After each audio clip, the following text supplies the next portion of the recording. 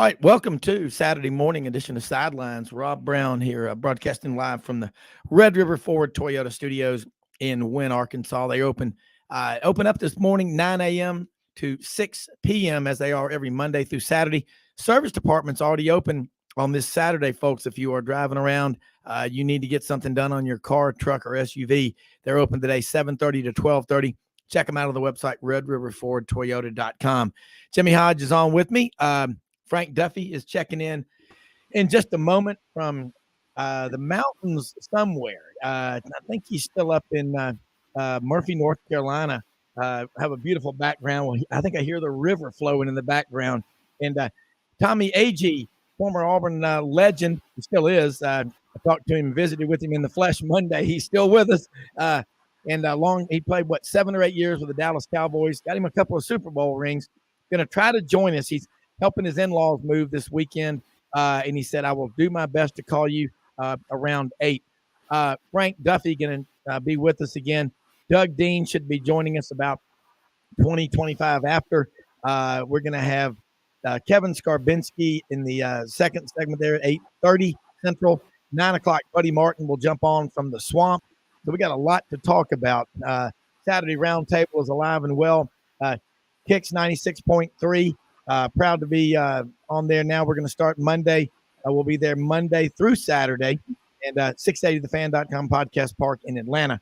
Lots to talk about today. We'll be with you as we are again every Monday through Saturday, 8 to 10 a.m. Central, 9 to 11 a.m. east of the Chattahoochee. And guys, a lot to talk about. College football is underway. And you know what I love the most is with Twitter and all the social media outlets, there's never a shortage of drama. I mean, this is like, the night before the prom and some girl breaks up with her boyfriend or whatever. Auburn is making a change at athletic director, okay? Like we didn't see that coming.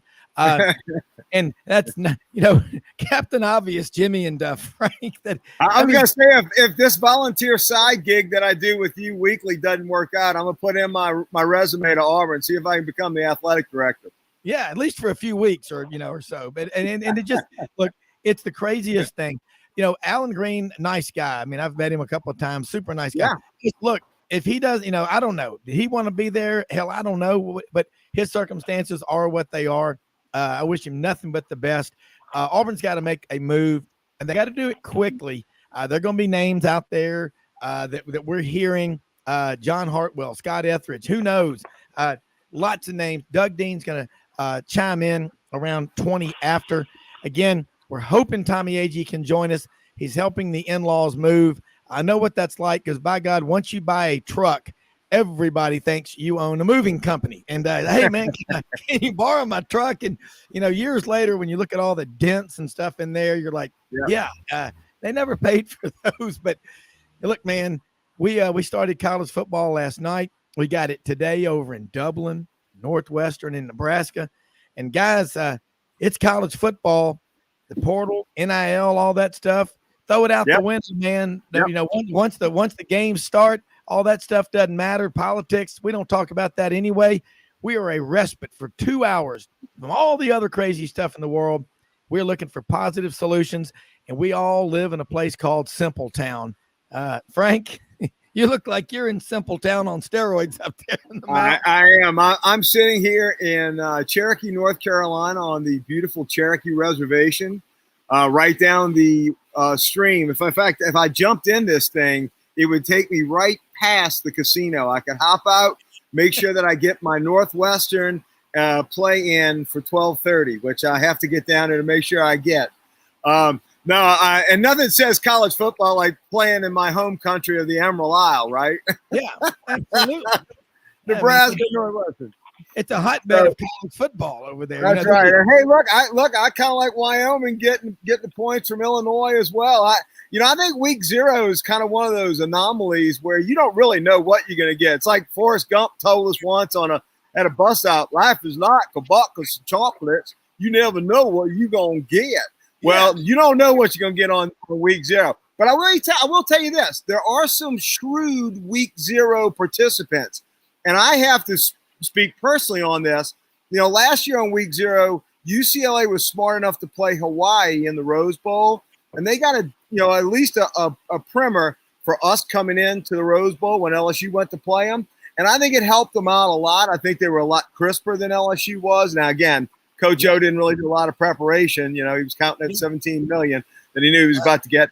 But I will tell you, today is interesting because Florida State is going to be playing Duquesne. And, yeah, it's not a big opponent.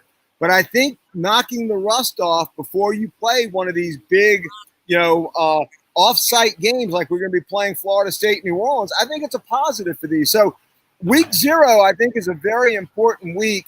Not only that it gets us back from jonesing for college football, but I think it does prep some teams for going forward.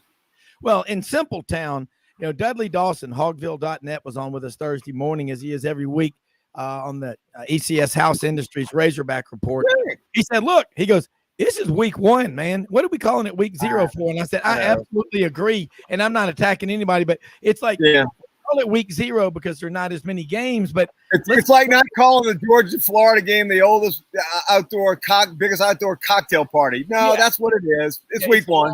Exactly. And man, there's some property going to be destroyed tonight up in Jekyll Islands and St. Simon, where those dog people have all those condos for 4 and 5 days. Man, they got life preservers out on Jekyll tonight. Yeah, that's it. Look, man, God, we love Larry Munson. And, every time Lauren Smith is on here, I can't help but say, Lauren, quickly, what do you got? But, and Jimmy, we're talking right now. It is week 1. Let's call it what it is, man. Let's recognize it is college football. It is alpha male culture. It's what makes America great. We're even talking about Illinois against Wyoming. And tell you one thing, man, Wyoming is an underrated program. That would be I'm telling you, I like the points with them. Yeah. Now, where is that game? They lost a lot of players. They lost a lot of players, but I think they can play tough today. Where is that game today? At Illinois? Yeah, I think it is. Yeah, I think it's up in Champaign, isn't it, Jimmy? Yeah, it is. Okay, yeah. I was going to say, if it was in Laramie, it's 73. Oh, if it was in Laramie, I'd have definitely already had that in. You're exactly right. Yeah. And that's where they have the high altitude performance center. They train because that is right. I mean, I've been to Popocatépetl and Ixtlahuatl, the volcanoes in Mexico, near Mexico City. I remember driving up there, got out of the damn car at about 17,000 feet or whatever it was. I mean, you were, it made you so sleepy. It was like you were on, a bottle of sleeping pills. And that altitude is tough. Jimmy, I mean, I don't know if you've been to Laramie or not, but this is what I love about college football. It's all personal and local. And I know Smiley's listening over in Atlanta. And you know what? He's a big Illinois fan, sends a lot of pictures on the group text there. Jimmy, let's talk a little about that game, because you know what? It's college football, and we're keeping score. Yeah, well, Illinois certainly got off on the right track this time last year when they beat Nebraska, which sent shockwaves through the Cornhusker State, and it really put Scott Frost on the hot seat.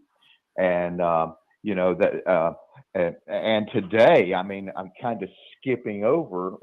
Frank did briefly mention it, but you've got Nebraska playing Northwestern at 11:30 Central Time in Ireland, even though that was the one game that Nebraska just completely steamrolled a Big Ten opponent last year.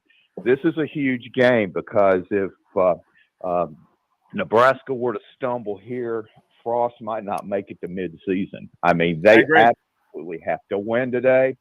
And then with Northwestern, they took a step back last year. They had some injuries and so forth, and that's been uncharacteristic under Pat Fitzgerald. So he wants to right the ship. He wants to get their program going in the right direction.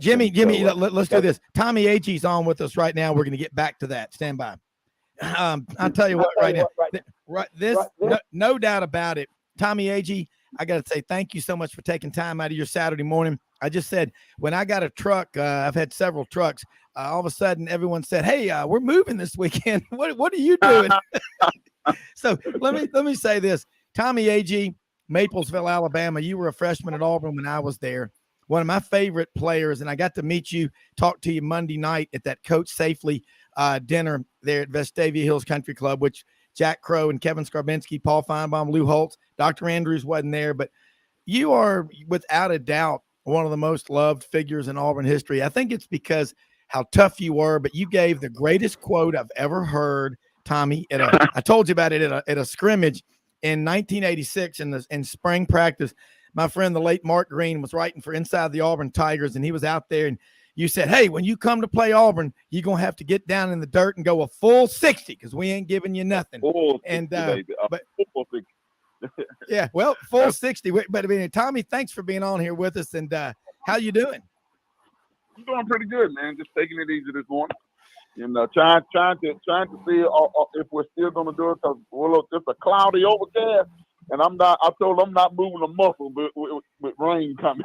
I'm not moving. I'm not going to get caught in the middle out there trying to move all this stuff in the rain is coming. I got you, man. And listen, we're glad having you on here, and I know you've got just a few minutes, but before you got to get going, we'll keep you about 15 minutes if that's okay. Let's talk about this.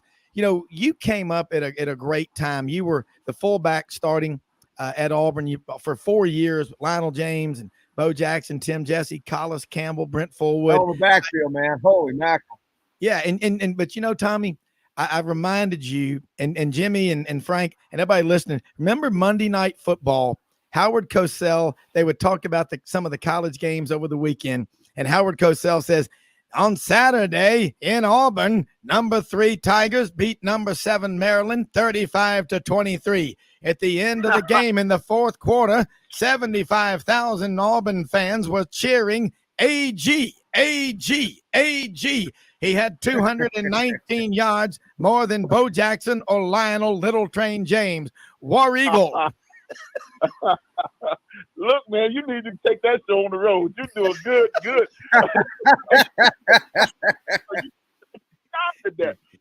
You sounded just like him.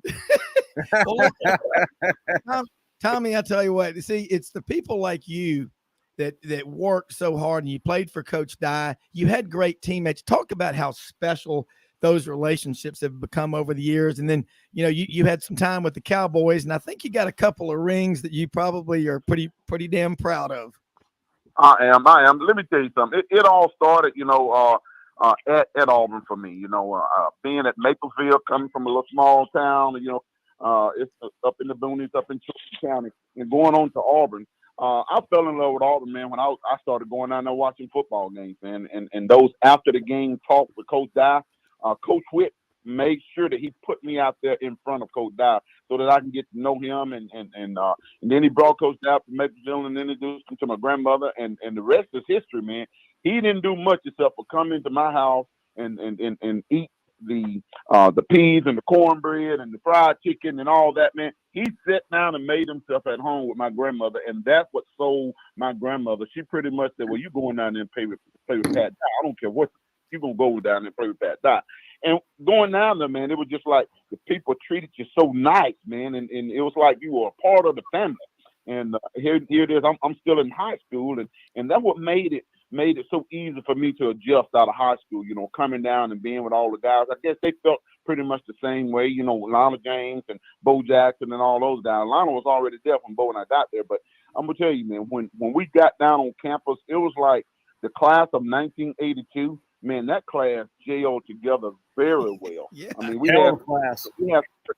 we had some great athletes in that class, man, with Bo Jackson and Jeff Parks, and I know Ben came in a year after that, Ben Tamburello, but Jeff Lott, Steve Wallace, Gerald Robinson, Gerald Williams, all those guys, man, Tim Jesse, Collis Campbell. I can't name them all, but let me tell you something. If I miss one, y'all forgive me, but my mind kind of short right now. But those guys made it all worthwhile. We came in there, man. We got down. We were that first big group of guys that Coach Dye recruited, And we just do what we have to do, man. We wanted to change the image of Auburn, and I'm not saying that was the mindset at that time. Yeah.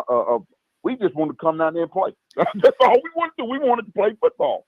And you know, I remember Bo telling me a story one time. He said that once he was being recruited, and when coaches said, Tommie, you know, Tommie, I don't mean to interrupt you. We got to take a quick commercial break. I don't want to interrupt that story, but hold on to that story, and we're going to be right back. We're on all over Central Alabama, everybody, Lake Martin, all over Alexander City, Kicks 96.3, listening in 680 in Atlanta, on the Podcast Park and everywhere. We're talking college football with Tommie Agee, an Auburn legend, but one of the coolest people you'll ever hear from. More after this quick break.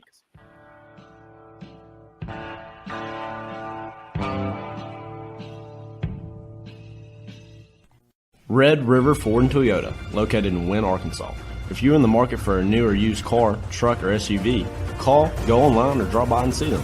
Located 45 minutes from Memphis, go off the 4-city exit on I-40 and go north about 15 minutes on Highway 1. Easy to work with and still believe in customer service. If you live out of town, they will deliver your vehicle to you. RedRiverFordToyota.com. Just see what they can do. Strengthen your seed zone this spring with quality tillage equipment from House Industries. Located in Cherry Valley, Arkansas, House Industries specializes in manufacturing superior equipment that will minimize your downtime and keep you working in the field. To ensure the highest quality control, all design, fabrication, and testing takes place in a 99,000 square foot manufacturing facility located right here in the heart of the Delta. Locate your nearest House equipment dealer online at houseindustriesinc.com. House Industries, breaking ground. Sidelines with Rob Brown. Talk sporty to me.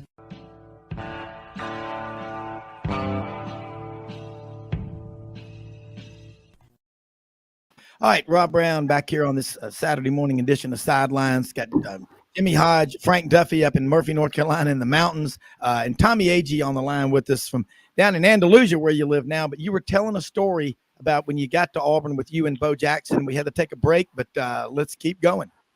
Yeah, I mean, you know, those were when I got to Auburn. I can recall, you know, the freshmen coming in. We gelled so tightly together, and I guess that was one of the things that made that class so special, because that class gelled together, man. It was like we were inseparable. Yeah. And you know, like I said, Coach Dot brought in, I think, about 12 running backs that year, and some of them went on to play defense. You know, like Tommy Powell, and Danny Robinson. Yeah. Those guys were defensive side, and Tommy Powell, he ended up being one of the great safeties that Auburn ever had. Yes, you know. And, yeah. But hey, man, that group of guys, you know, I can sit here and look and think back of all the good times we had and the work habits that was instilled in us. And Coach Dow worked our tails off. And he made sure that we were ready to go out there and play. He said, you know, one thing that we're not going to do is we're not going to lose a game in the fourth quarter, because we're going to be ready to come the fourth quarter. We play hard all 4 quarters, and that's the way we practice. We practice to play 4 quarters of football, and that's what I love most about Coach Dow. He made sure you were ready to go out there and play. Yeah, and you know, Tommie, I referenced you grew up in Maplesville, which is between Tuscaloosa and Montgomery on Highway 82. And back then, you know, you and I are the same age. I remember guys worked. I mean, you remember Gerald Williams from down in Valley, Alabama. Everybody, your teammate, of course you do. But, you know, y'all all worked, and that's the way it was. And I was telling you about my friend Joel Gregg from Union Springs, who was a walk-on the team. And, you know, this is something we bring up a lot. You had friends on the team on scholarship, but also guys on the scout team that really never played. The biggest moment was to run out on the field for senior night. But talk about how special those guys are to the team, because I've got a friend, Jay Stubbs. He played at Alabama. I worked with for 12 years. His dad, Charlie, was a coach there. He didn't play a whole lot, but by God, he's got that Alabama letter in his office. Wherever he goes in the state, people know that and they respect it, because he never quit. He didn't get into the portal. He hung in there and he fought and he brought the damn thing home. I sound like Coach Dye, but I can't help it. Hey, man, I can understand that. Let me tell you, Coach Dye had a way of having that effect on people. You know, an everlasting. Yeah. And you about those guys that were walk-ons, man. Let me tell you something. Joel Gregg was a very, very good close brother to me. And I opportunity to go down to Union Springs and spend some time with his family. And I was out there on 280 with his grandmom at his grandmom's house at Hamp and all those guys. Yeah. His brother. We hung out together, Yeah. man, and that was the type of guy he was. And when he got out there on the practice field, I didn't treat him any differently than I treated a Bo Jackson or a Tim Jesse or Carlos Campbell. He was a running back. I don't care if he was a walk-on. I don't care if it was his first day out there. We was going to welcome him into our family. And Joel he was one of the most important people that was a part of that growing season for Coach Dye, because he made sure we were ready to go out there and play, because he didn't go out there and just go through the motions. Joel had a head that was hard as steel, man. He would go up and linebacker, all that kind of stuff. And there was another guy who played on the defensive side, who was Andre Howard. He played defensive back. And Andre Howard, he went out there every day and gave it up for the football, for the team. And he made sure that we were ready on the offensive side also. But those guys are the ones that stand out in my mind, the ones that who are still close to me to this day. I can call them up and just if they see the number and my name pop up, or if they don't even see the name will pop up. When they hear my voice, this old country twang of mine, they know immediately who it is, and they say, "Hey, what's going on?" That was that camaraderie that we had built, man. And let me tell you something: when you get that close to guys, you want to go out there and lay it on the line for them every second, every game. Yeah. And Tommie, the thing is, and I got a lot of listeners. I mean, I think about people that influenced me: Al Sherman, Jerry Priester, Jim Humphrey, Gil Whitlock. They're listening right now, Auburn people. What you did is, as Coach Dye said, the greatest thing you can give a fan base is hope. And he said, ain't a damn thing in the world you can do about it except go out there and lay your guts on the line again and again and again. Keep on fighting. He goes, you keep fighting like that, we're going to build a foundation we can win for a long time. Those words resonate to this day. And Jimmy, Frank, y'all jump in with Tommie. Tommie, I know this is great having you on here, and it's really special. But Jimmy, jump in. I just know those middle 80 Auburn teams were incredible, and y'all's backfield. I mean, y'all moved as one. The game I really remember was that Iron Bowl in '84, because not only was everybody from Auburn cheering for y'all, but the entire state of Louisiana was behind y'all, because we needed y'all to beat Alabama so we could get to the Sugar Bowl. And let me tell you, I watched every play of that game, and y'all ran roughshod on them. What were your memories of that Iron Bowl when y'all beat Alabama to keep them from going to New Orleans? You're talking about 1983 up in Birmingham, Legion Field, man. I know. Yeah. And I covered the game that we played in the thunderstorm. A tornado was down the street a few miles down the road, and it was light thundering, man. It was out there on the field and them aluminum bleachers and all that kind of crap. That was a great game. And it was. What I remember most about that game was Coach Doc, when he pulled us together and said, this is what we're here for, man. We're here to win this football game, and we knew it was going to come down to this, and we need to go out there and do what we got to do. And let me tell you something. Coach Doc had a way of, when you looked at him and looked in his eyes, you knew that he was being genuine, and you knew that what he was telling you was the gospel. And you went out there, it's like you going out there running through brick walls for Coach Doc. And that's where it was, man. We were just dying. We just really and truly wanted to play football at Auburn, and we're still that way today. Still a close group, man. Yeah, I mean, and I was at that '83 game, Tommie. It was raining so damn hard, and the tornado siren was going off, and they said, tornado warning has been issued for Jefferson County, and nobody left. And I'm nobody moved. Nobody moved. Hey, Tommie, I'll never forget Vic Beasley from Adairsville, Georgia, number 31, defensive back for Auburn, made that interception in the rain. We're riding back on the bus from Legion Field back to the Sheridan downtown. This old guy he was from Noonan, Georgia, Auburn man, was sitting on there soaking wet. We were all wet. We'd won 23-20. Bo had 20 carries, 256 yards to your blocking. Clayton Buford from Palatka, Florida, number 11, made a great block downfield on his 69-yard run early. But what I remember, that old man said, he goes, I'm going to tell you something. He goes, I knew that tornado warning was going off and whatnot, but way I figured it, if it's my time to go see my maker, I'm gonna see it watching Auburn whip Alabama. And I just looked at him. I said, I have no reply except War Eagle. And I can remember those blocks you were making down by that goal line on that Bo Jackson run on that pitch right. Holy mackerel! You guys were clearing those Alabama linebackers out. That was crazy. And let me tell you That's something. 40 years ago, and I can remember that. And I was a spectator. I know you remember it. I love playing against Alabama, but let me tell you something. One of the best players I ever played against was from University of Alabama. That was Cornelius Bennett. Oh yeah, he was about biscuit. He was a piece of steel standing in the middle of the hole. I thought that defensive end, but when he hung down and came, he kept.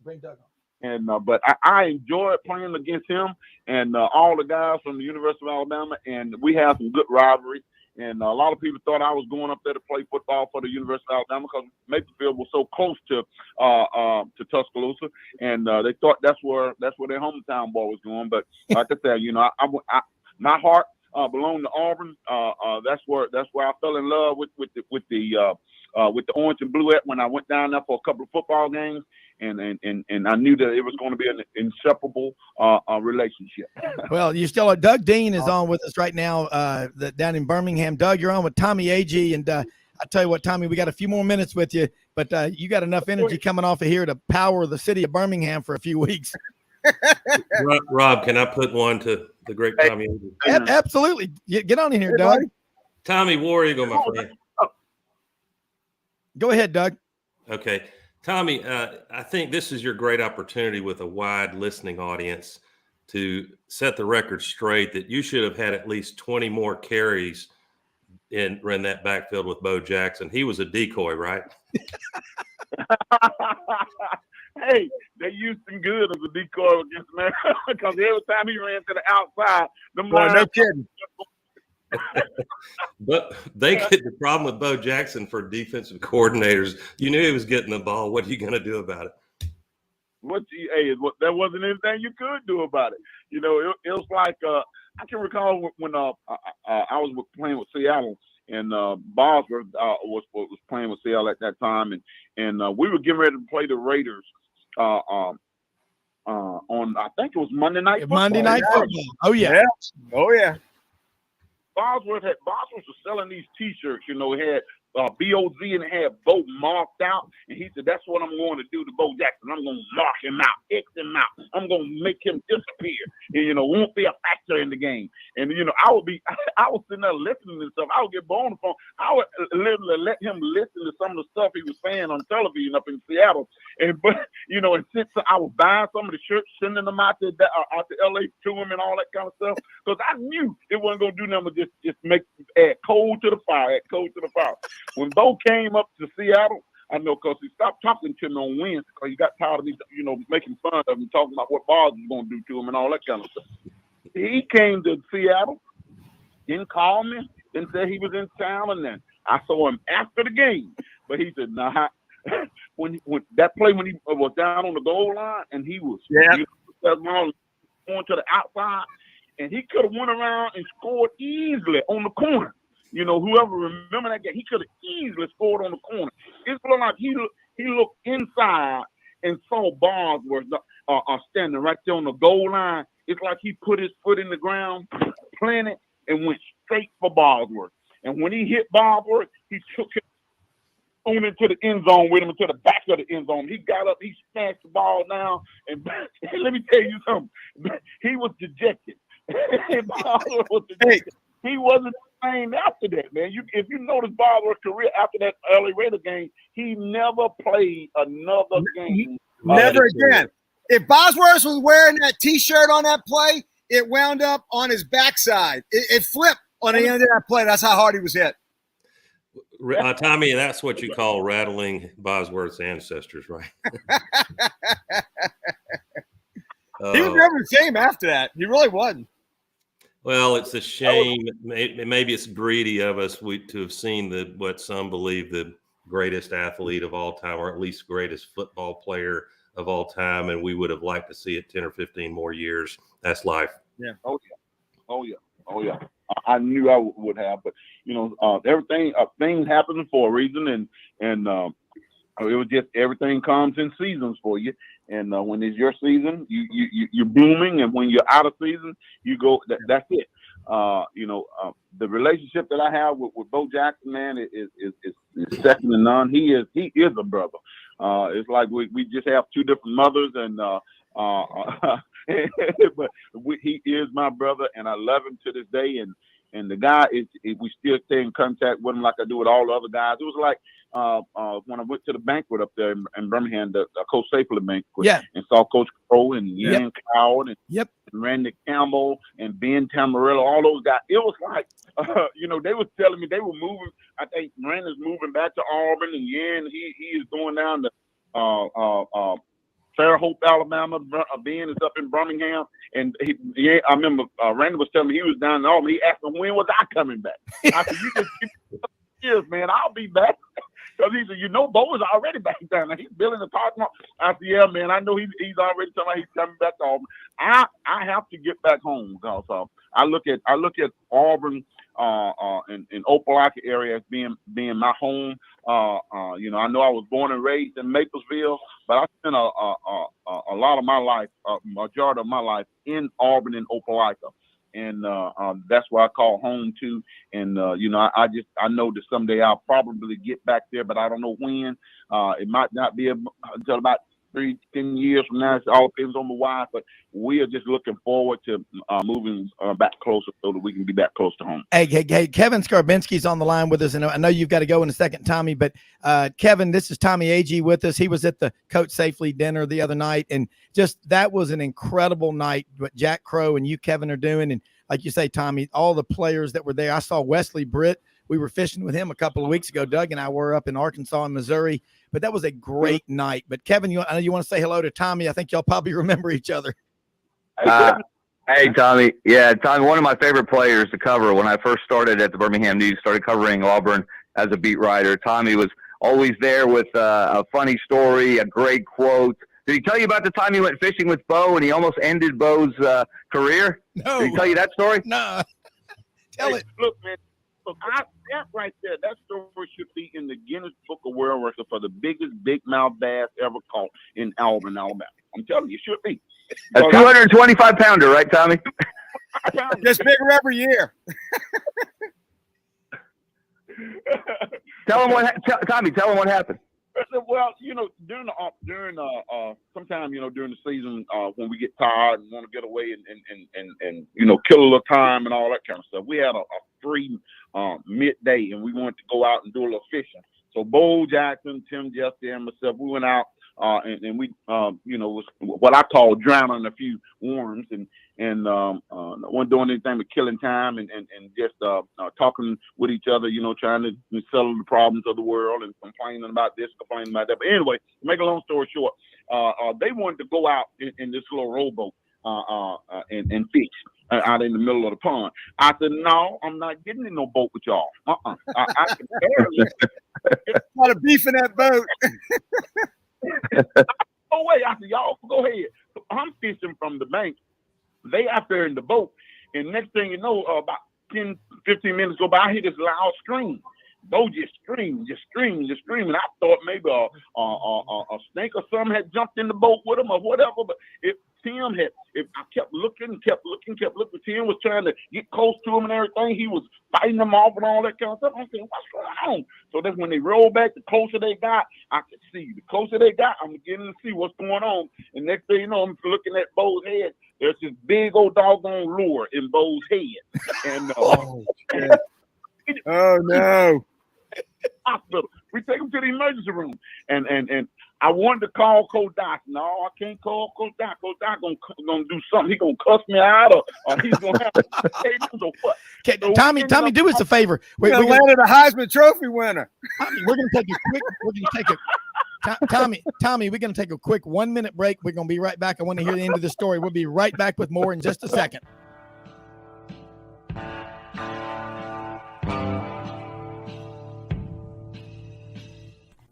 Red River Ford and Toyota, located in Wynne, Arkansas. If you're in the market for a new or used car, truck, or SUV, call, go online, or drop by and see them. Located 45 minutes from Memphis, go off the 4-city exit on I-40 and go north about 15 minutes on Highway 1. Easy to work with and still believe in customer service. If you live out of town, they will deliver your vehicle to you. RedRiverFordToyota.com. Just see what they can do.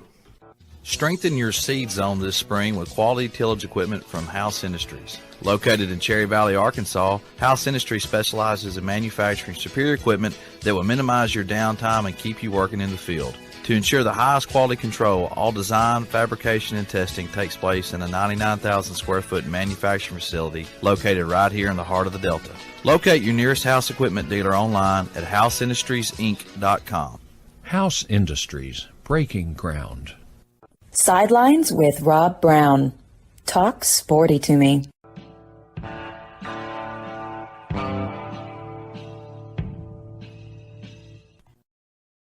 Rob Brown back here with you on this Saturday morning sidelines. Kevin Scarbinsky, Jimmy Hodge, Doug Dean, Frank Duffy, Tommie Agee. A few more minutes with you, Tommie. This story is unbelievable. My wife is over here laughing her tail off. Tell us, at this point, you had hooked Bo in the ear, in the head with a fishing lure. Take it from there. And one, he wouldn't let us get it out because we didn't know how to get it out. We didn't know it was going to be real easy to get out. So we ended up taking him to the emergency room. And we get over to the emergency room, and he kind of clapped his head on the side of his head to cover up that lure. And we walked in, strolled up to the window, and the nurse said, "Can I help you?" And she said, "Oh, Mr. Jackson, what can I do for you? Somebody sick or something?" And Bo looking at her. We said, "I can't keep a straight face. We laughing so hard." That's funny. So I just need for somebody just to take care of this. And he leaned over and let her look at that lure. And that woman's face turned red as a coal of fire. If you could just see tears start welling up her eye because she started laughing so bad. And she said, "Oh, Mr. Jackson, I get somebody." So she when the little boy, it was a little kid and his mom sitting out there in the lobby. And when he noticed that lure in Bo's head, he said, "Look, Mommy, he has a fish stuck in his head." Tommy, if that was before 1984, I hold that you caused that Bo going the wrong way with that injury. Say what? Oh, no. Well, that was a design play, man. You didn't know that? Holy cow. Tommie, listen, that was unbelievable. So what ended up happening?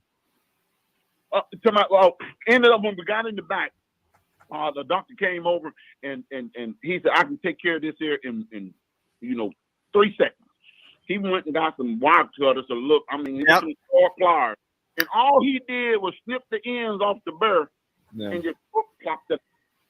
And put a Band-Aid over it. Put some little iodine on and put a Band-Aid over it. Of course, the nervous part was when you saw the diploma on the wall and it said University of Alabama Medical School. That probably would have been the case, too. That probably would have been the case. That's funny. Holy cow. That's a great story. Tommie, look, man, we got to get you. That I was the one who hooked him in the head. I wouldn't get on. Yeah, you were on the bank. You were on the bank. You had nothing to do with it. You'd be nice taking him to the hospital. Blame me. Every time something happens to him, they blame me. I tell them, I said, "Look, y'all can't keep blaming me for everything that happens to Bo down here. Look, I done gave that, and I always go, when I do my little speeches, I always tell the kids, look, I gave Bo Jackson 4 of the best years of my life. And here it is. This is how he do me. Go out and tell folks that I caught him in the head with a hook." Fullback gets blamed for everything, doesn't it, Tommie? Everything, he gets tackled in the backfield, fullback misses block, Well, Tommie, look, man, I know you got a big day ahead of you, but man, I got to tell you, thank you so much for joining us. We got to get you back on here again because you represent what I call just the basics, just true grit, hardcore love of the line for you. Your love of Auburn, and we hear about all the stuff going on with the portal and NIL and stuff like that. But your love of Auburn makes other people feel the same way. Whether in players for Alabama, like you mentioned, Cornelius Bennett and all like that. It's that y'all represented the people who would run through a brick wall for their school, and we can't ever thank you enough. Hey man, I appreciate it. I appreciate it. And let me just say this right here, man. I appreciate all that you all doing, man. You know, keeping Auburn out there in the forefront. You know, letting people hear us talk about Auburn and all this stuff that's going on down there in our hometown. Let me tell you something. All that stuff ain't worth a crap. All I'm telling you is look out. I said, we gonna get it together. I'm all in, all behind Coach Harrison and everything, making sure I know that he's gonna do a good job at Auburn. The players has bought into his game plan, and that's all that it takes. Once the players buy into the coach's game plan and the fans support him, that's all I'm asking the Auburn family to do is just support our home team and watch them. They're gonna pull it together. They're gonna pull it together. I have no doubt that everything is gonna go good for us this year. Yeah, look, I mean, you know what? You got to be all in, and if you call them family, you know, you don't walk out on your kids' games early. Tommie, nobody can say it better. He's got me fired up. Yeah, no kidding. Shit out. Where's my orange shirt? The great Duffy. It's the truth. Hey, let me ask you one more thing before you go. You know the young man that you were talking to when I came over there. Yeah, Damian Mitchell. Damian is a great young man. His future is very bright, and I appreciate all that you're doing for him. You know, teaching him things that he needs to know about being in what they call the broadcasting arena. Just keep giving him a mentor in him and giving him all the support he needs, man. Because I'm gonna tell you, that young man is going to go places. Yeah. And I always like to give my hometown people an opportunity because his family always supported me. He had his mom, Mary Mitchell, and his dad, who was a great running back at Maplesville also, along with Damian. He was a great athlete at Maplesville also. Yeah. But he had three aunts. His mom and her three sisters, they would come and support me no matter where I was in the state of Alabama. They would come and support me. If they were honoring Tommie Agee from Maplesville, they were there representing Maplesville. And I just want to that's the kind of family that he came from. They support family, and he is part of my family too. So I just want to say thanks for mentoring him and making sure he stays up there and getting in the limelight as well. So y'all have a blessed day, man. And let me tell y'all something, War Eagle, and keep up the good work. Hey, and thank you. Look, we're going to get Damian on the show because I noticed that connection between you. You said in another small town. He goes, I'm just an old country boy. You know what? I wouldn't trade what we have at Auburn with people like you and meeting Damian for anything in the world. Y'all are the reasons why we love the game so much, because you love it and you still do. And like what Kevin's doing with Coach Safely, tell your friends to get involved in every way possible, because the future of college football, what I saw the other night, Kevin and Tommie, you were there, and Doug, you were there. It was absolutely a testament to the state of Alabama, the most passionate, the greatest sports fans, college sports fans in America. But y'all make a difference. But that was just unbelievable. Rob, what's going to carry Damian very far is that beautiful lilting Southern accent he's got. Yeah, he's great. He's a good kid. I like him. He is. Hey, and speaking of Coach Safely, let me tell you something. The reason I'm involved so deeply is because our association and our foundation, the Alabama Parks and Recreation Foundation, is pretty much teaming with the Coach Safely Foundation. The two are one, and we're out there promoting these coaches to get certified, to get trained, so that they can know when a child is injured out there playing sports and all that kind of stuff. When I was working heavily in Parks and Recreation before I retired, I used to see nightmares of coaches going out there, starting practices, not stretching, putting a help on a kid's head that was too big, shoulder pads too big. That's not what it's all about. You got to go out there. The coaches got to be trained in order to go out there and keep our kids safe. And because the injuries that are going on now with football, it's unbelievable. And we just don't want it to pan over into our young kids getting injured before their careers even start. And when I say career, I'm talking about high school or junior high. Yeah. We want to make sure kids can make it to that age. And but the way things have been going on, you know, some of the coaches go out there. That's so crazy. They just go out there. All thing they want to do is let them hit and all that kind of stuff, and not teaching them the fundamentals of the game. Yeah. And you got a coach doing that. That right there is detrimental to your program. And all running nutcrackers at 8 years old. Yeah. Crazy. Go out there. And y'all forgive me when I say this. One of those little 6-year-olds go out there and bring a stock bubble, and they don't even know what a stock bubble is, you know. And but I just want to commend Coach Crow and the Coach Safely Foundation and our foundation for sticking together and driving this on home. The two have paired, and we're going to make sure that the whole state of Alabama and that is, you know, it is fully educated and trained with our youth coaches in knowing what to expect when they go out there and start dealing with our young kids. Yeah. Amen, Tommie. Amen. Yeah, Tommie. Tommie. Look, I know you got looking forward to a fun day of moving your relatives, your in-laws. But we're going to get you back on here again soon. You're what we love about college football. Don't change a thing. I'm just glad you came on here with us, because I think I'm looking at the reaction on my phone. People say we need Tommie Agee on more often. Great stories.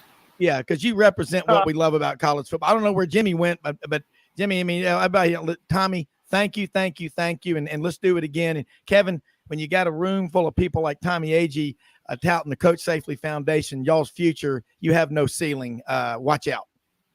That's a winning team. That's a winning team. That's right. That is a winning team. Yeah. It's a winning team. That is absolutely. Y'all take care, man. It was nice talking to you, right, man? We'll hook up soon. Hey, we will. Take care, man. War damn. Take care. War Eagle, brother. All right, man. Same to you. That was incredible stuff. And Kevin, you know, Jimmy, I can't see Jimmy on screen here, but we've got Frank Duffy up in the mountains of North Carolina, Jimmy Hodge out there somewhere. I don't see him, but Kevin Scarbinsky down in Birmingham, Doug Dean in Birmingham. Wow, Kevin, man, you see why we love having you on, because you have more stories than Hemingway.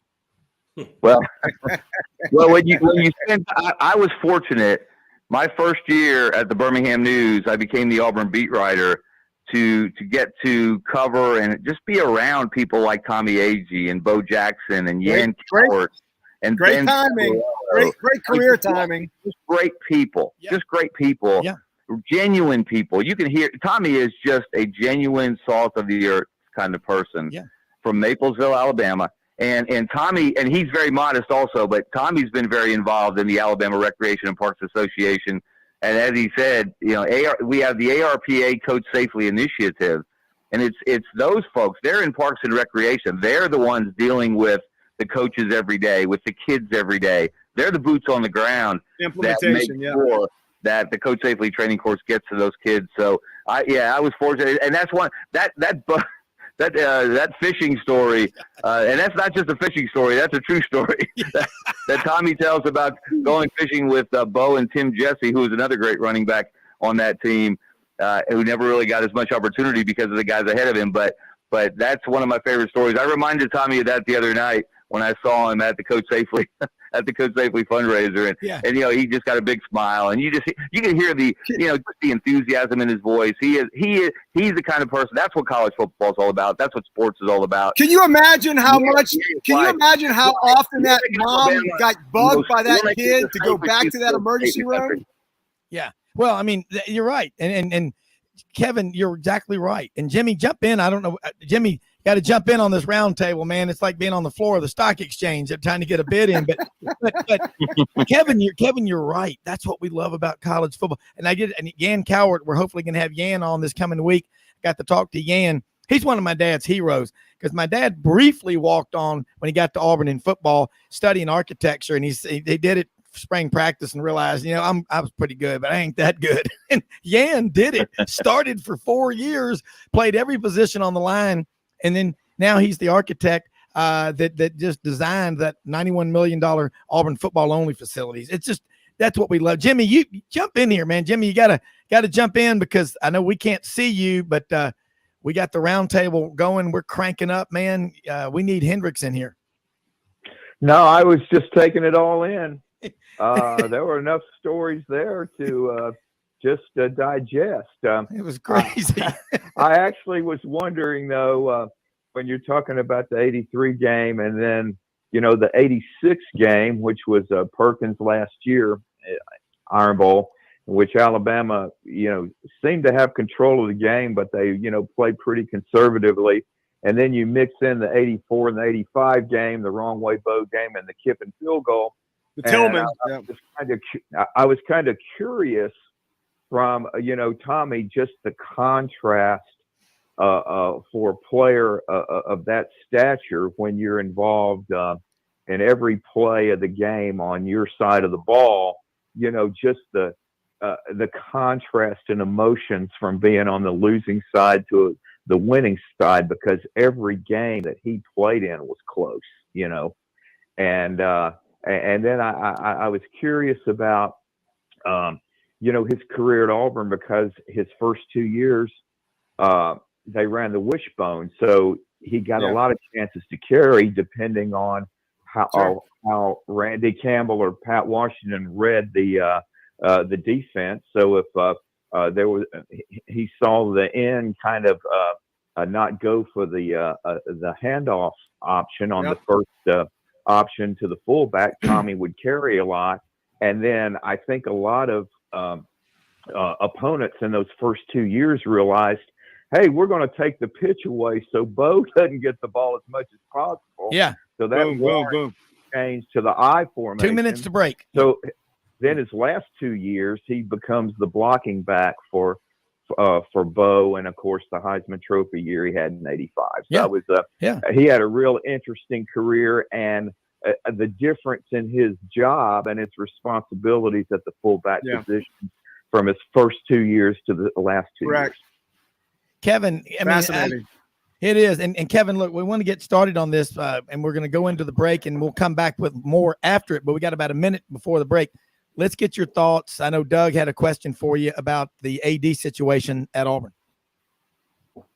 Just briefly, Alan Green, I think, has a lot of positive qualities, but he was really the wrong guy at Auburn. It wasn't a good fit. He was hired by Stephen Leaf, who was a disaster on so many levels as the president of that university, not just regarding athletics. And when Leaf was forced out, which was to the betterment of Auburn, and they're far better off at the position of university president, if you will, today with Chris Roberts, from everything I hear. Much better than they have been. Yeah, I just think Allen was in the wrong place at the wrong time, and it just wasn't a good fit. And it was inevitable, especially when Leaf was forced out, that he was not going to be long for Auburn. But he also, there's some things people don't really know. I'm writing about this for tomorrow, and I'll share some details. But, he wasn't thrilled about being there. I don't think there were people at Auburn that were thrilled about him being there. And so it was really not a great fit. So he'll probably be better off and be very successful somewhere else. Yeah, and before we go to the break, I saw Danny White and some of these people putting stuff out on Twitter. Good for you to get out of that mess. Come on, how many athletic directors has Tennessee had in the last 10 years? 4 or 5? I mean, come on, get your own affairs in order. We're going to take a quick break. Be back with more. Frank Duffy, Jimmy Hodge, Doug Dean, Kevin Scarbinsky. We're rolling. We'll be right back.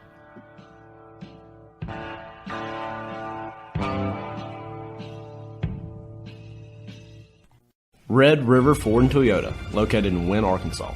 If you're in the market for a new or used car, truck, or SUV, call, go online, or drop by and see them. Located 45 minutes from Memphis, go off the 4-city exit on I-40 and go north about 15 minutes on Highway 1. Easy to work with and still believe in customer service. If you live out of town, they will deliver your vehicle to you. RedRiverFordToyota.com. Just see what they can do. Strengthen your seed zone this spring with quality tillage equipment from House Industries. Located in Cherry Valley, Arkansas, House Industries specializes in manufacturing superior equipment that will minimize your downtime and keep you working in the field. To ensure the highest quality control, all design, fabrication, and testing takes place in a 99,000 square foot manufacturing facility located right here in the heart of the Delta. Locate your nearest House equipment dealer online at houseindustriesinc.com. House Industries, breaking ground. Sidelines with Rob Brown. Talk sporty to me.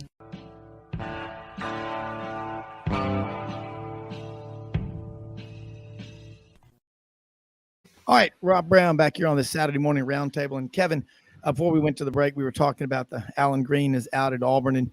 And again, there are a lot of people really coming at Auburn, but listen, you've forgotten more than they collectively know. So, boom, keep going.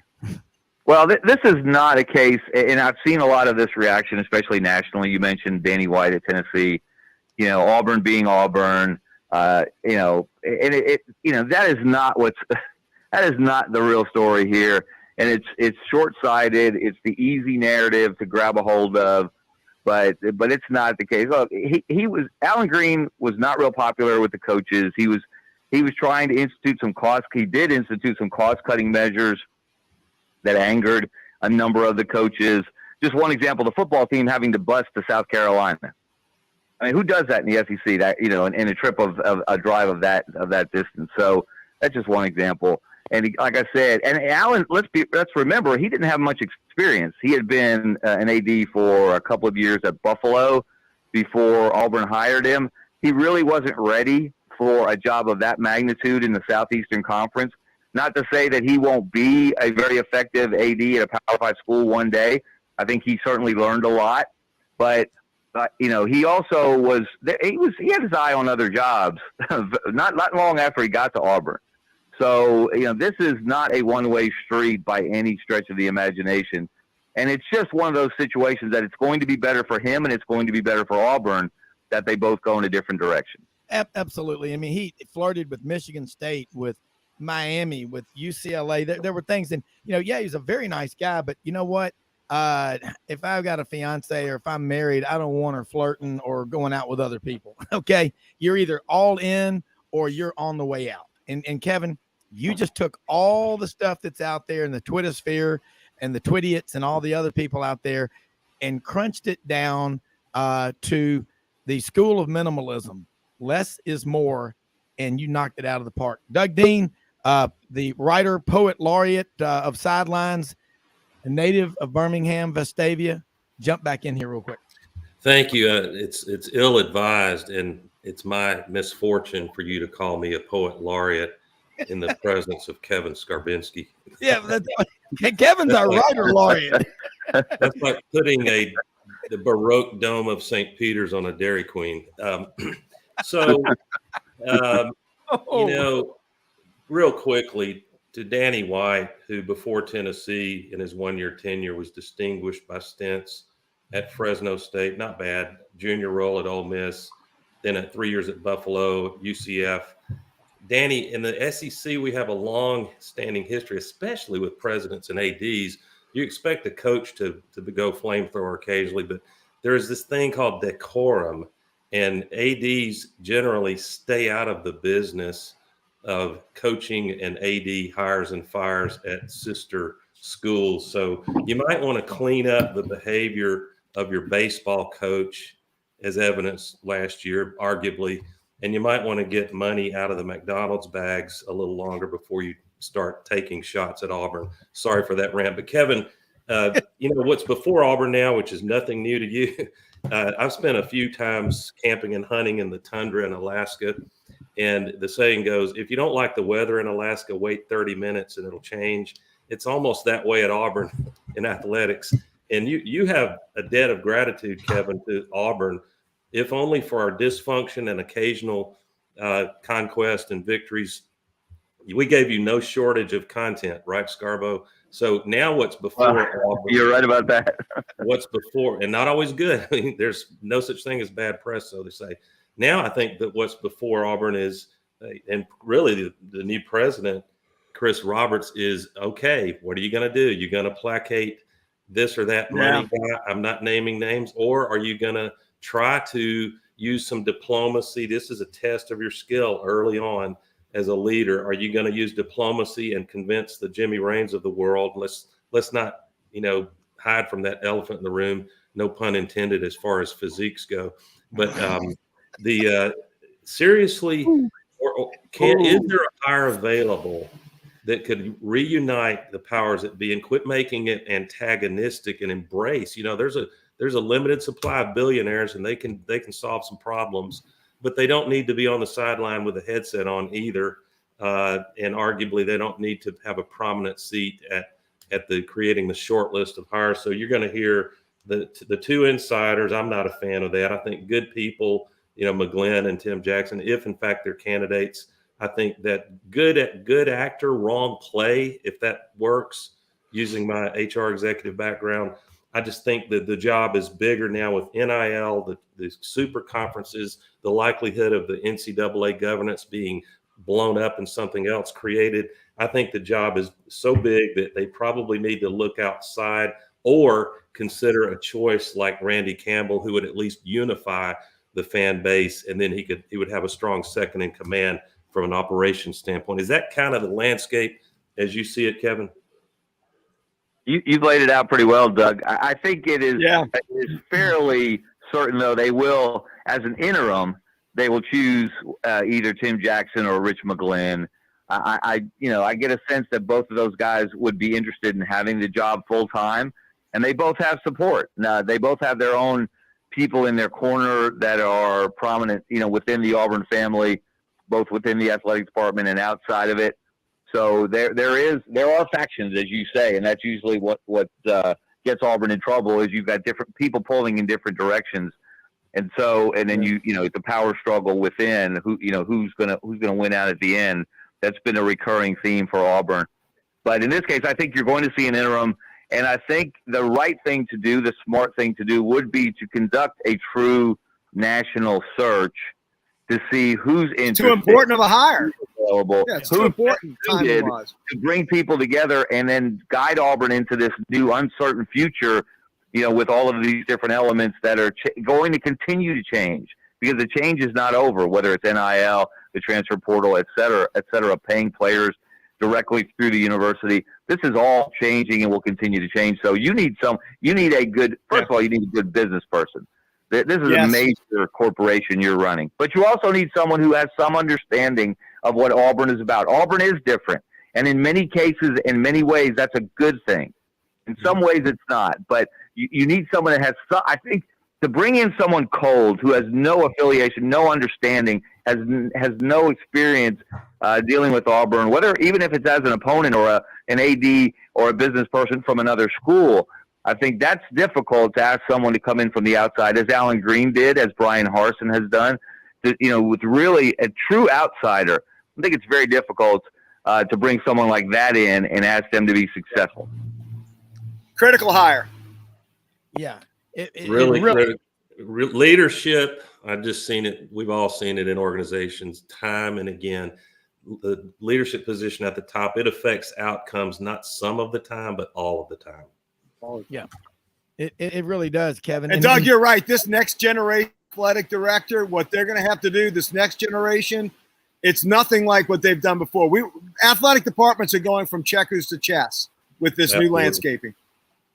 Yeah, you almost need the skill of Greg Sankey at AD, and yet someone who understands your unique culture. Like LSU's got a beautiful but unique culture. And I think y'all had a home run with Brian Kelly. We shall see. But the AD position, consider this: when Bruce Pearl went through that crisis he did with Chuck Person, a poor leader could have and nearly did reach a conclusion. Well, what we need to do is fire Bruce Pearl. That would have been the most tragic, stupid mistake we'd still be living with. Yeah. And you know who was advocating for that? It was the former president, Stephen Leaf. Yeah. Which Stephen is one Leaf, of the reasons he is the former president. Yeah. And fortunately or unfortunately, Alan Green was aligned with Stephen Leaf in that, and that did him no favors at Auburn as well. Yeah. Yes. And Green was kind of hovering over for Harsin as well. Do you think Harsin's situation is going to be a little bit more tenuous because of Green leaving? Do y'all think that? I think that's the common perception right now. I don't think it makes 1 ounce of difference to Brian Harsin's future. I don't think Alan Green had much power at all, guys. He was. Let me tell you, he was virtually not involved at all with the inquiry into Brian Harsin after last season, and which is pretty extraordinary to say of the athletic director at the school. I'm shocked. That was not. He was not part of that, and Alan Green being there was not going to save Brian Harsin if he doesn't win enough football games. And so him being gone is not going to make it any more likely that Brian Harsin won't be there. But I do think Kevin and Duff, I think the number, I would have said 7 3 days ago. I think the number might be 8, and it needs to be the right 8. And the ones you lose, you better not lose ugly. Yeah, I mean, Telling you. Go ahead, Frank. I was just going to say, my surprise pick in the SEC is Auburn this year, guys. Auburn, LSU, and Florida, my 3 surprise picks. And I think Auburn, I'm telling you, the talent is there. And if Harsin has them playing for him, which I think he does, and you can almost kind of sense it, he's almost got a little bit of a bravado about him now. You know, in the last month, he's kind of gotten a little cocky, which I think is great. I think that's exactly what Auburn needs in their football building. Duff, and Kevin knows this, wrote about it, felt it, experienced it, caused it at times, which is a compliment, Scarbo. But when Auburn, there's some ingredients that when Auburn is under fire from the media, and this year picked dead last in the SEC West, which is laughable at this point, and we're not in the top 25 and written off, Auburn is a very dangerous team typically. Yes, sir.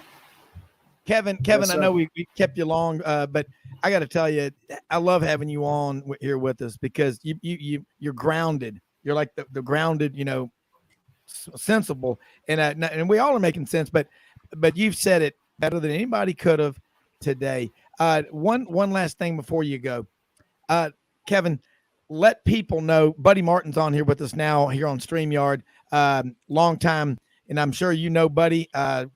This is incredible to have people like Buddy Martin on, Kevin Scarbinsky, the great writers. Man, you all can take all this food and put it together and put it into a hamburger. Very simple.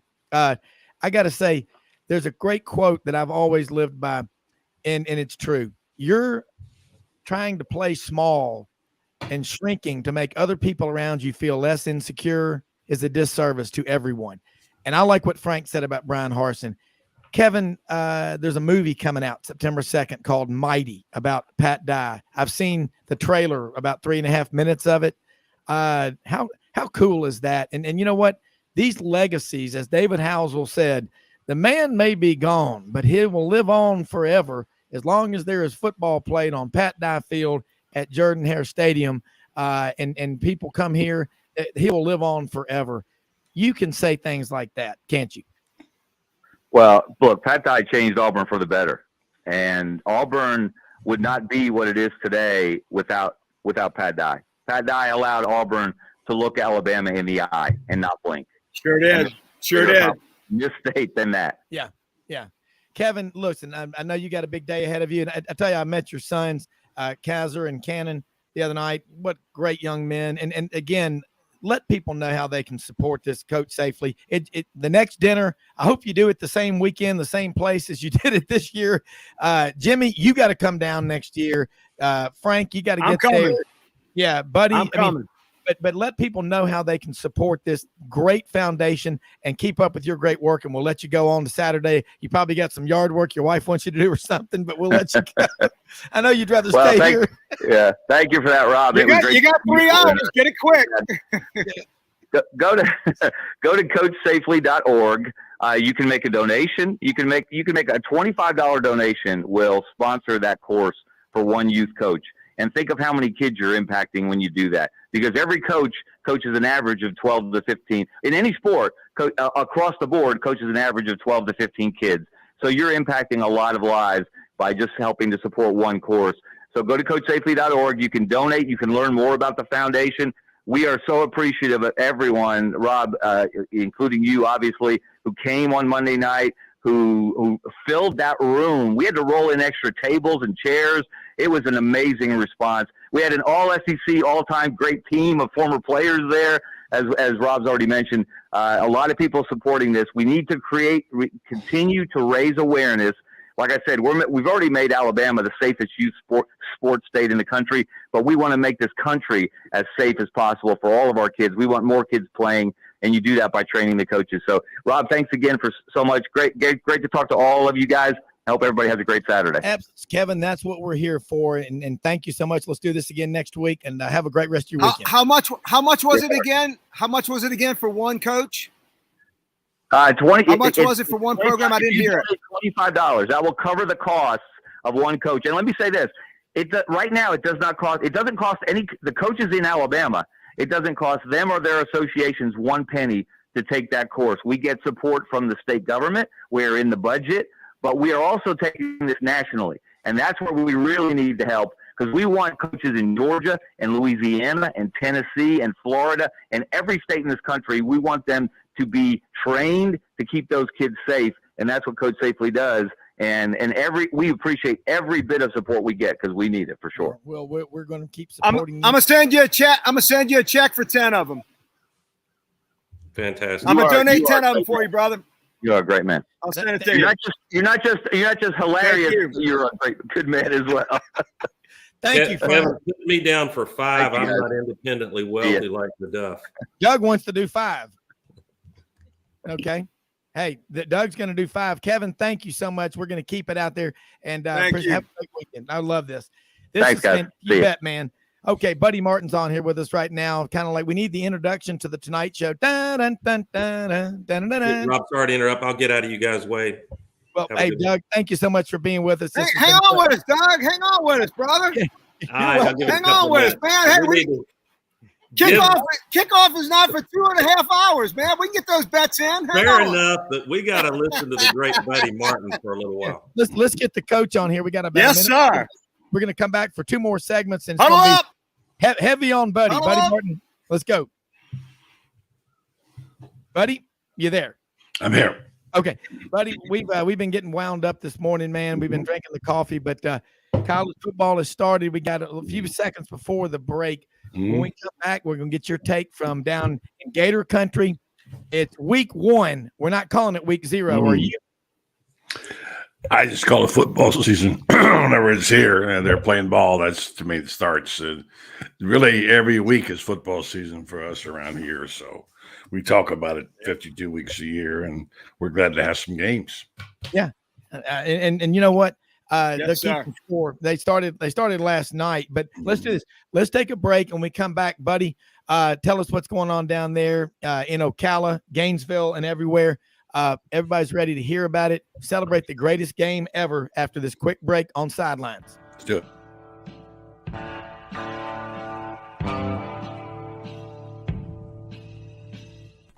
Red River Ford and Toyota, located in Wynne, Arkansas.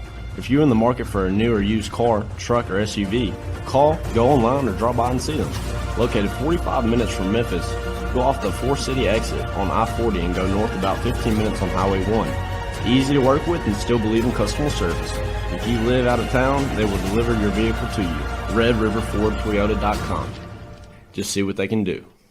Strengthen your seed zone this spring with quality tillage equipment from House Industries. Located in Cherry Valley, Arkansas, House Industries specializes in manufacturing superior equipment that will minimize your downtime and keep you working in the field. To ensure the highest quality control, all design, fabrication, and testing takes place in a 99,000 square foot manufacturing facility located right here in the heart of the Delta.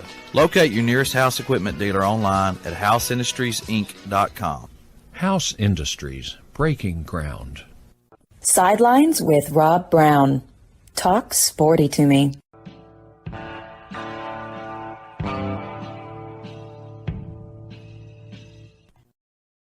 All right, welcome back, Rob Brown. Got a great lineup. Jimmy Hodge, Frank Duffy, Doug Dean, Buddy Martin with us. This is, we're starting really, golly, this is the 4th year now, going into the 4th year, Sidelines, 2nd year of 6 days a week. And check out our website, www.sidelines.live. Follow us on Twitter at sidelines_live.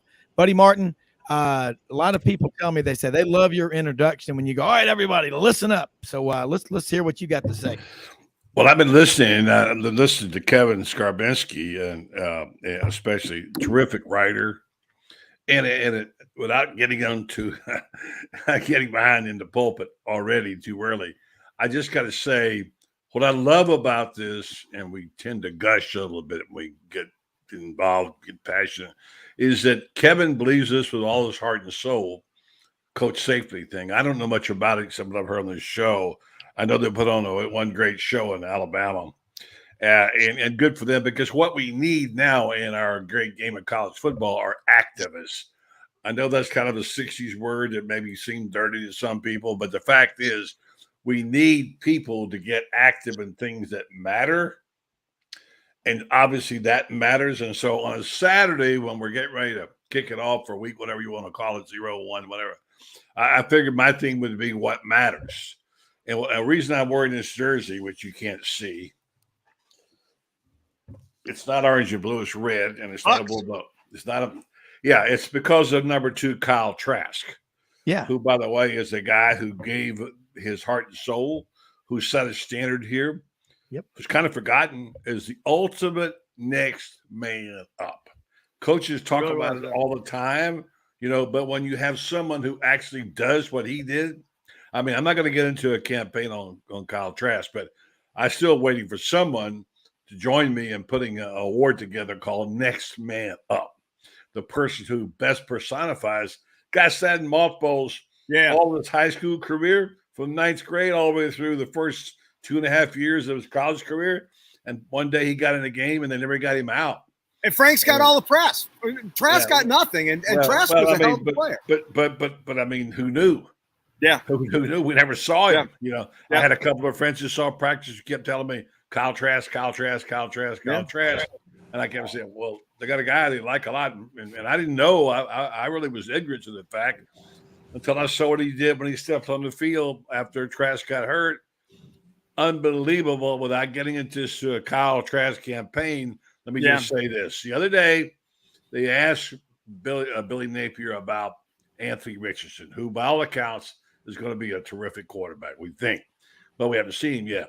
And Billy said, keep in mind, he's only ever completed 33 passes in his career. Now, I think it might have been 40, but anyways, he said 33, all right? Yeah. So he said, the great ones complete 33 in a game, right? So I did a little research on this. I haven't done thorough, but I found out Kyle Trask did it 10 times in 2020. 10 times. Okay, so no one even remembers it. So here's the deal, and I'll shut up. I'm worried this for Kyle Trask. You won't see it again the rest of the year because it's too much like Georgia Bulldogs. I'm wearing my hat, Terry Bradshaw, for my man Terry, who's been undergoing some medical treatments all summer long. We'll be back with Fox. He's had a little bit of a health issue, thinking and praying about him. So things that matter. Things that matter, that's what we're about. Things that matter. This is what this show is about. Things that matter. Maybe not to everybody, but just to a certain group. Everything you see behind me are things that matter.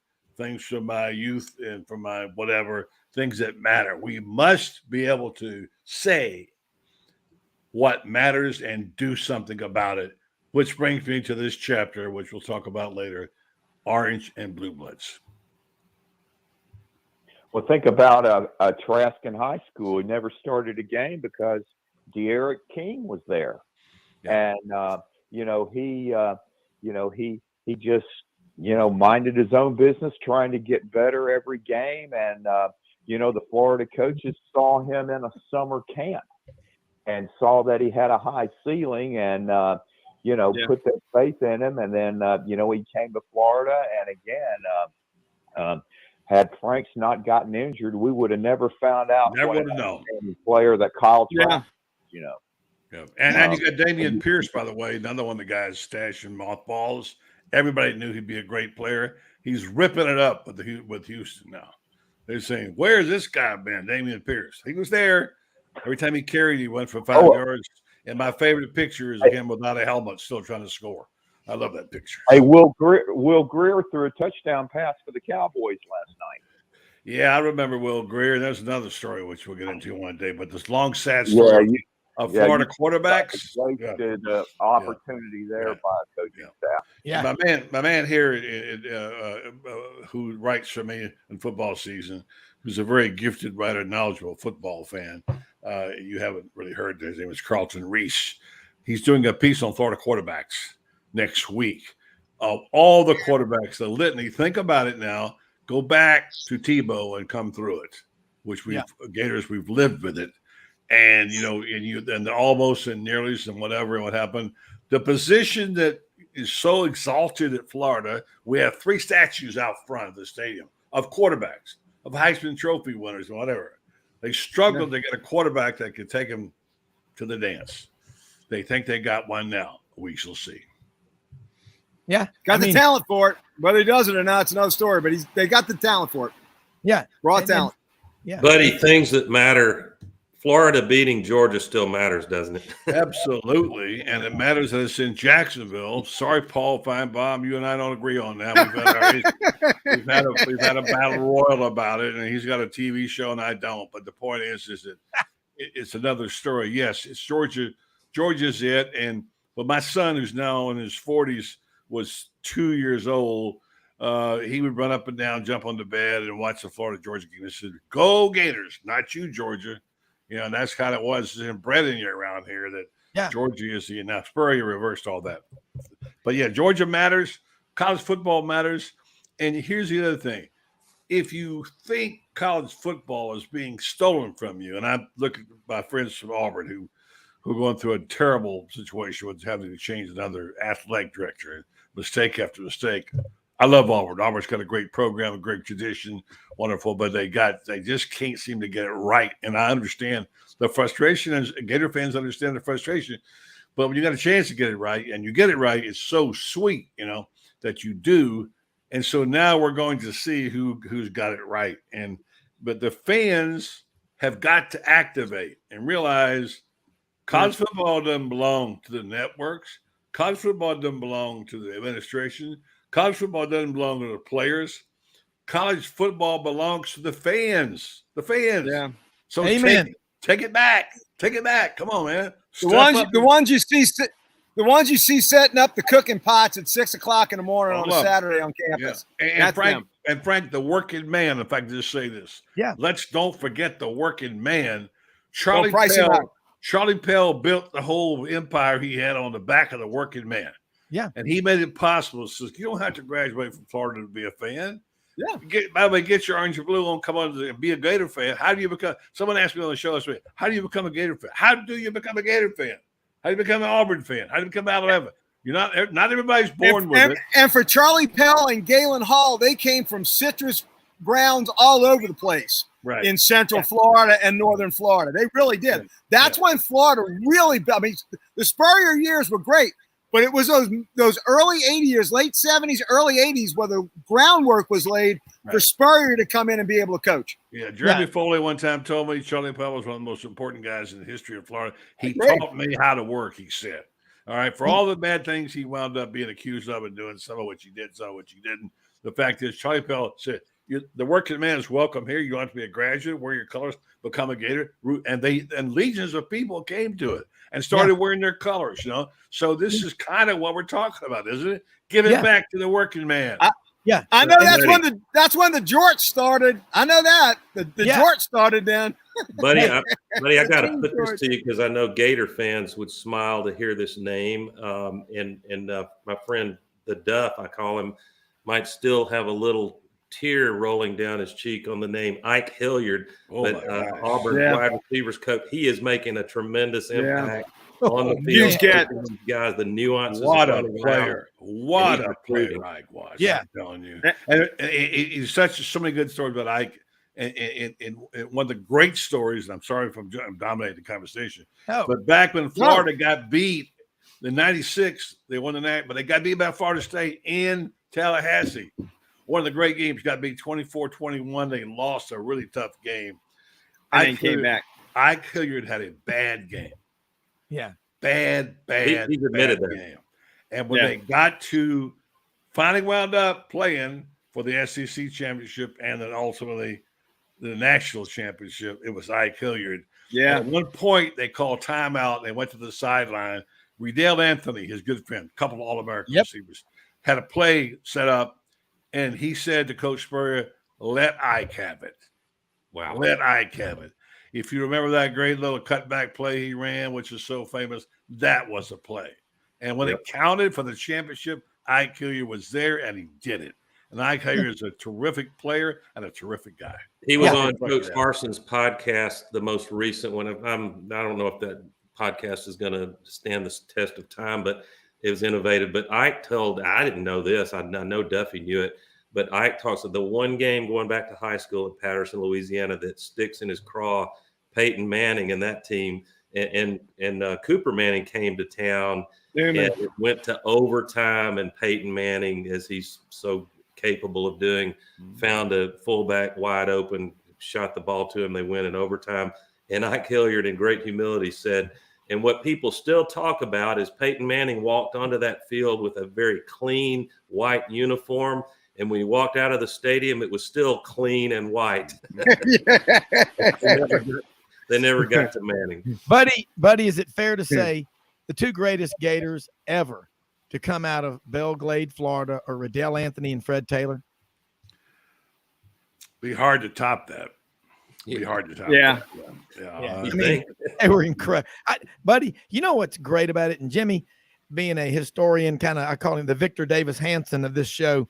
And Frank and Doug, we're all crazy and we love it. But, buddy, you're the coach. That's what you are. And this is what we love, is these stories that connect us and say, Simpletown is alive and well. They were putting new flowers and mums in the mediums in downtown Simpletown and on the highways and the outskirts of town today. But you know what? Fans do own college football. And you're right about what you call the working man or whatever. And Jimmy's been brilliant to point this out.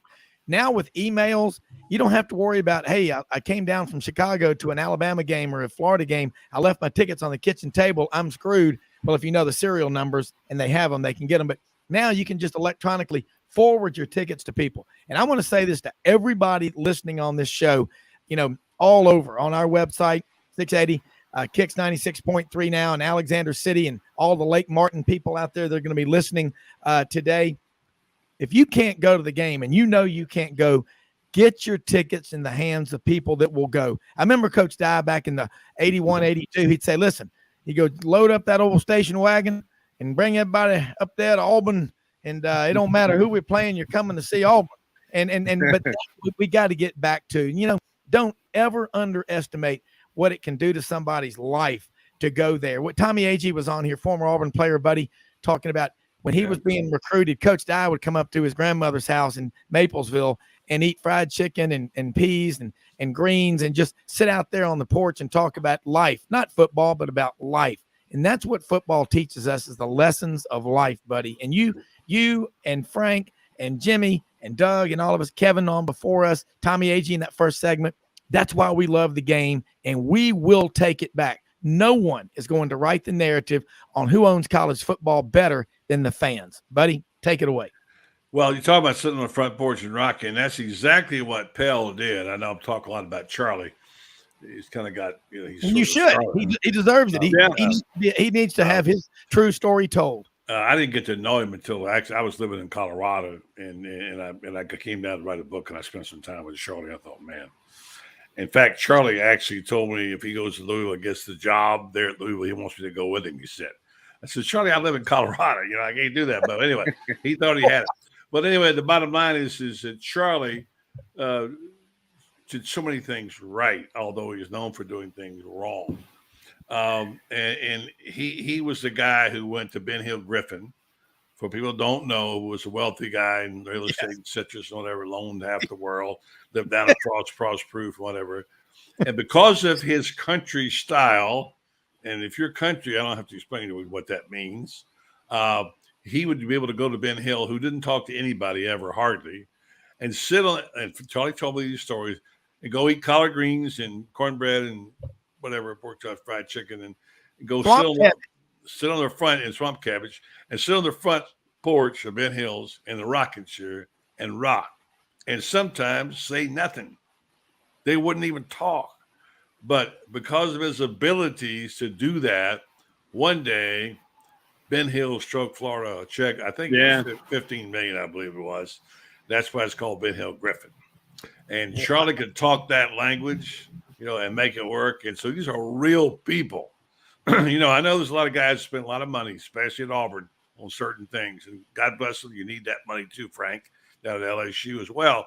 But we got to understand you're taking the game away from the people who are the backbone. They can't afford to go. They can't afford this. They can't. If you give those tickets to people who can't afford to go, the ones who've been Gator fans all their lives and never been to a game, but always. And how do you become a fan? You simply say, "Hey, I love the Auburn Tigers. I'm rooting for my Tigers. All right, whatever. Hold that Tiger, whatever it may be." Yep. We're taking a pledge down here in Gainesville from people. You want to be an orange or blue blood? Take a pledge. We're not going to monitor it. Look, the Bull Gators are great. Don't get me wrong; their money is great, of course. But the one thing that I struck me funny sitting up in their suites, nobody in the stadium can hear you yelling from the Bull Gator Club. You're behind that glass. It's the people that are in Ben Hill Griffith that makes the Swamp a tough place to come. Yeah, and even the people who can't make it to the games, who turn on their radios. Now I got a new guy and they're doing the play-by-play. Mick Gibbert's gone now. We think Sean Kelly's going to be great. But who just stay home and love the Gators. Lake City, Okeechobee. Or Bellevue or Lake Weir or damn right. These small towns. So, yes, that's what college football is. I mean, I love the small town part of it. Alabama's a classic example of that. My gosh, Auburn especially. But, it's very simple. You're either Alabama or Auburn. It's like Democrat or Republican. Anyway, it's a great time of year. I don't mean to be preaching. I'm excited about what I'm hearing. Preach, buddy, preach. Buddy, hold those thoughts. We're going to take a quick commercial break. Thanks everybody out here listening today on our website, sidelines.live, Lake Martin area, Central Alabama, Atlanta, all over the place. Great listeners. Thompson Westerberg listening up in New York City. We'll be right back for the final segment. This is great stuff.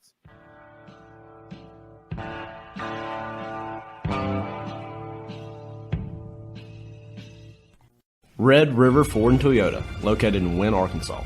If you're in the market for a new or used car, truck, or SUV, call, go online, or drop by and see them. Located 45 minutes from Memphis, go off the 4-city exit on I-40 and go north about 15 minutes on Highway 1. Easy to work with and still believe in customer service. If you live out of town, they will deliver your vehicle to you. RedRiverFordToyota.com. Just see what they can do. Strengthen your seed zone this spring with quality tillage equipment from House Industries. Located in Cherry Valley, Arkansas, House Industries specializes in manufacturing superior equipment that will minimize your downtime and keep you working in the field. To ensure the highest quality control, all design, fabrication, and testing takes place in a 99,000 square foot manufacturing facility located right here in the heart of the Delta. Locate your nearest House equipment dealer online at houseindustriesinc.com. House Industries, breaking ground. Sidelines with Rob Brown. Talk sporty to me.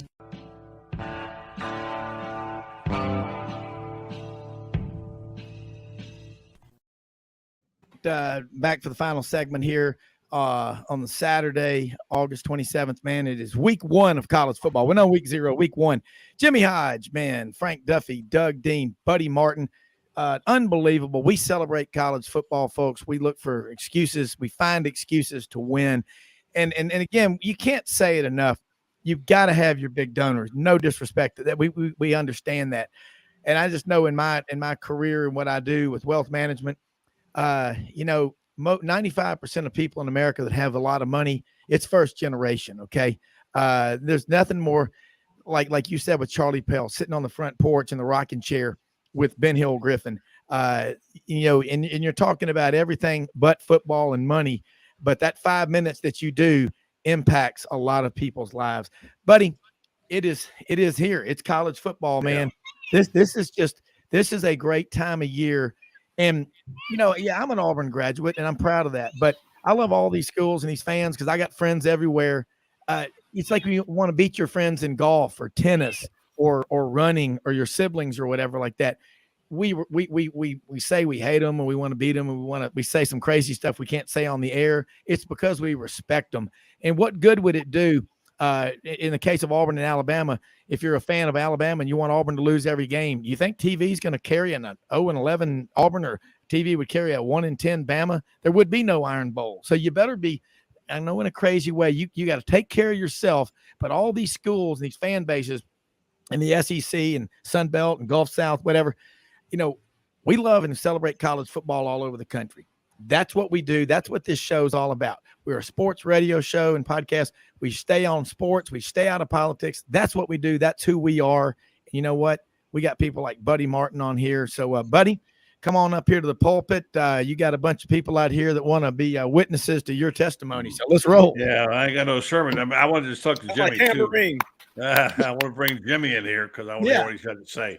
But here's the thing: we're getting down to it now. Where a while ago I took my wife. I took our little thing of piggy bank of money. We keep a little money in there.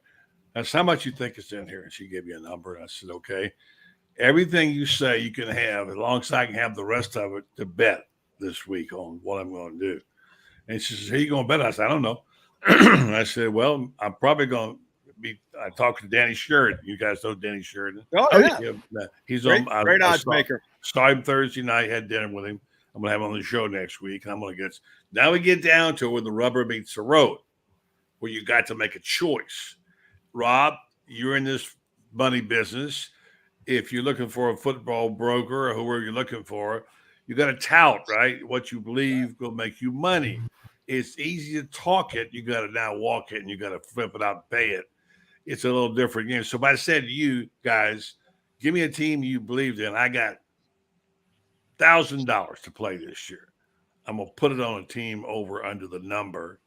And I want you guys to think about that because I'm going to do that with Danny. I'm going to give Danny $10,000 mythical money on Wednesday night on the Buddy Martin show and say, tell me to make some money. Show me what to do. I don't know which way to go, but I can tell you this much. I'm a terrible gambler. Frank, you're much more proficient, probably Jimmy too. I've never been good at this, but I did win $100, I think, on Florida 3 years ago in Vegas. I took the over and I took him in a game. So that's where I am. What do you do now? Who's the team? Where do you put your money? $333 on Auburn to go over and wins. $330. How many over? Auburn is 6.5. Yeah.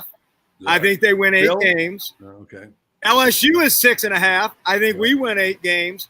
And Florida is 7 on the over and under. And I think you guys win 8 or 9 games. I think Florida is going to be one of the biggest surprises this year, along with Auburn and LSU. So let me write that down right now. And if you're really good, put a parlay on them. Find where your wife hid the money in the coffee can. Yeah. Put an extra 50 on a 3-team parlay for all of them. All right, Buddy. I'm curious, Buddy, how the Gator fan base at this early stage is embracing your new head coach. I think it's good. I think they're a little nervous. Yeah, I'm partly responsible for this because I've said this 1,000 times.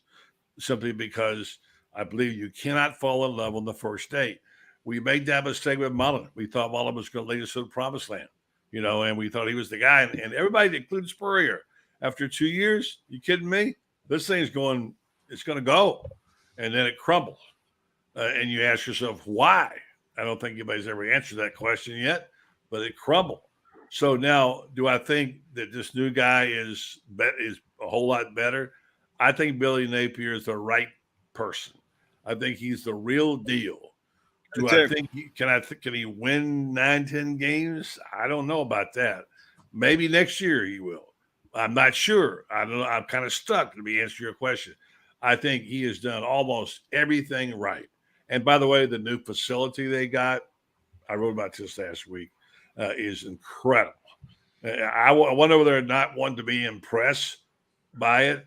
But I blew me away on the tour we took, and the feeling that people got about it. I mean, it's remarkable. Never mind all the high tech, all that stuff. They're going to feed every single athlete walk-ons otherwise at that school, and the thing and the beautiful architecture of the thing and the planning. Billy Napier says it cuts 36 minutes a day off his time he needs with his team. He gets to have him 36 more minutes. That's a lot, right? Yeah. So I think they like him, to answer your question a lot. They're waiting to see, can he do it? There's a lot of people who think he can. There's some who are saying, well, we'll see. All right, let me throw one in here. And Arkansas, 9. What are the odds of Arkansas winning 9 or more games? A lot of people are way down on Ole Miss, but I got Arkansas as my second best team in the SEC West behind Alabama with KJ Jefferson coming back. I mean, he's an efficient guy. He's lost about 20 pounds. Sam Pittman thinks he coaches like an offensive lineman, which means they're always going to have really good line of scrimmage, offense, defensive lineman. I think Arkansas is a minimum 9-win team. I'll be shocked if they don't beat Cincinnati next week.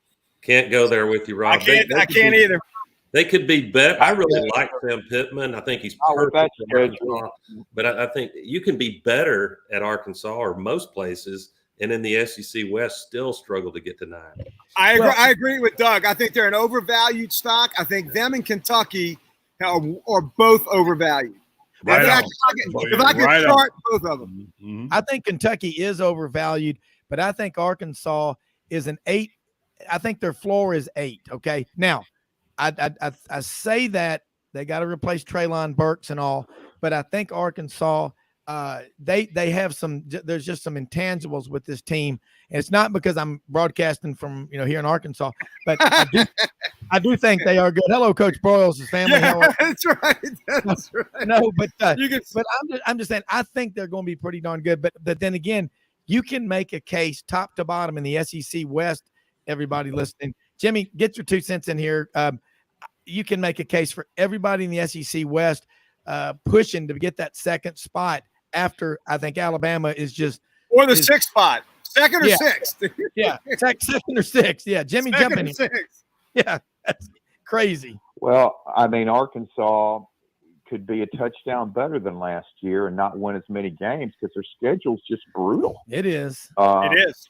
And that's going to be, I mean, if I had to put money on that Arkansas over under 9, I'd have to go under because, I mean, BYU in Provo in the middle of the good luck. Yeah. I mean, it's and that's a scam that has like A&M at Jerry World. Then you got Alabama the next week. I mean, the entire Western Division, and then a game at BYU in the middle of all of that. I mean, it's a brutal early schedule. Tough, Paul.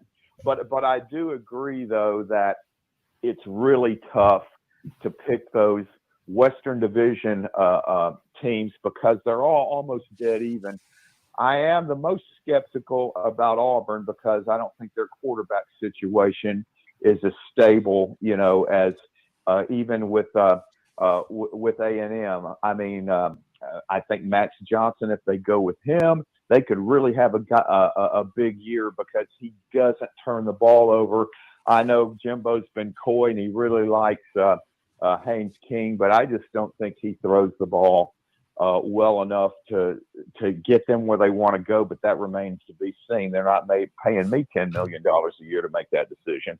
But with LSU, if they go with Daniels at quarterback, the guy's had 29 games as a starter in his career, so he's certainly experienced. It's just with with Finley there. He's in his second year now that he's 100% healthy, it could be a totally different story, but we all know that you're one play from having to go to your backup, and I just don't know about their depth at quarterback either. So that quarterback position is just so critical in this sport. But I do think Florida's got a really high ceiling because of Richardson, and I think it's a situation where Napier's going to let him spread his wings.